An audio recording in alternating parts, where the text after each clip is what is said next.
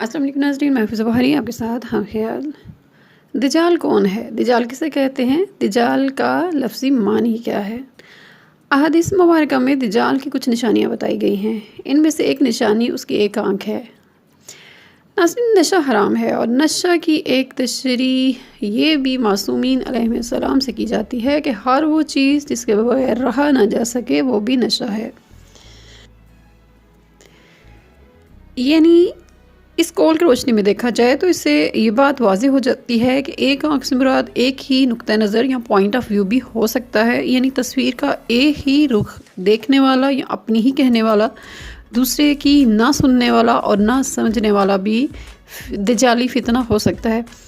امریکی کرنسی اور دفاعی ادارے کی نشانی ایک آنکھ، زمانہ قدیم سے شیطان کی نشانی اہرام مصر کو کہا جاتا ہے۔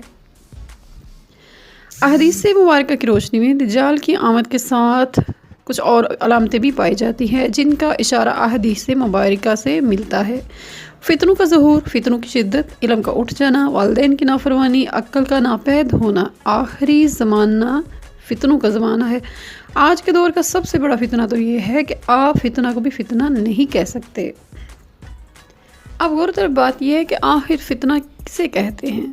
عربی میں فتنہ کا مادہ فتن ہے جس کا لغوی معنی سونے کو آگ میں تپا کر کھرا کھوٹا معلوم کرنا ہے۔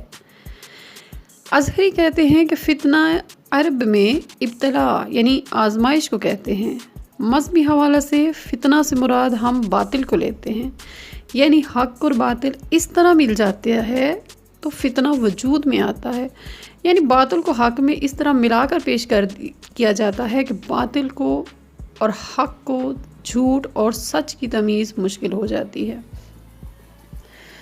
معصومین علیہ السلام نے دجال کو زیادہ ڈسکس کرنے کو منع فرمایا اور اللہ اور اس کے رسول صلی اللہ علیہ وسلم کو ڈسکس کرنے کا حکم فرمایا ہے۔ قرآن پاک کو اگر دیکھا جائے تو قرآن پاک کی آیات مبارکہ میں مختلف جگہوں پر فتنہ کا لفظ استعمال کیا گیا ہے، یعنی فتنہ کا بیان ہوا ہے۔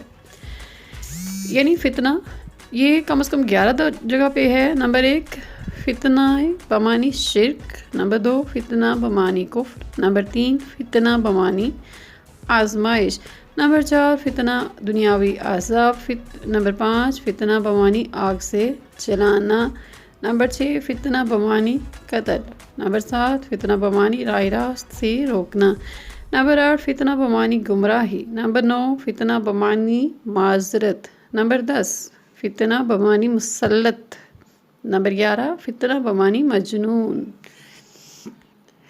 اور آج کے حوالے سے دیکھا جائے، آج کی دنیا کو دیکھا جائے تو سب سے بڑا فتنہ تو یہ معلوم ہوتا ہے کہ ٹائم کی کمی ہے۔ حالانکہ وقت بہت ہوتا ہے لیکن اس کے باوجود ہم میں سے ہر انسان کو یہ لگتا ہے کہ جیسے ہمارے پاس وقت کم ہے، جتنی جلدی ہو سکے ہم کچھ نہ کچھ کر لیں، جتنی جلدی ہو سکے ہم علم حاصل کر لیں، جتنی جلدی ہو سکے ہم دولت جمع کر سکیں، جتنی جلدی ہو سکے ہم بڑے سے بڑا گھر بنا سکیں، جتنی جلدی ہو سکے ہم پہلے سے زیادہ بہتر پوزیشن پہ آ سکیں، یعنی مالی لحاظ سے۔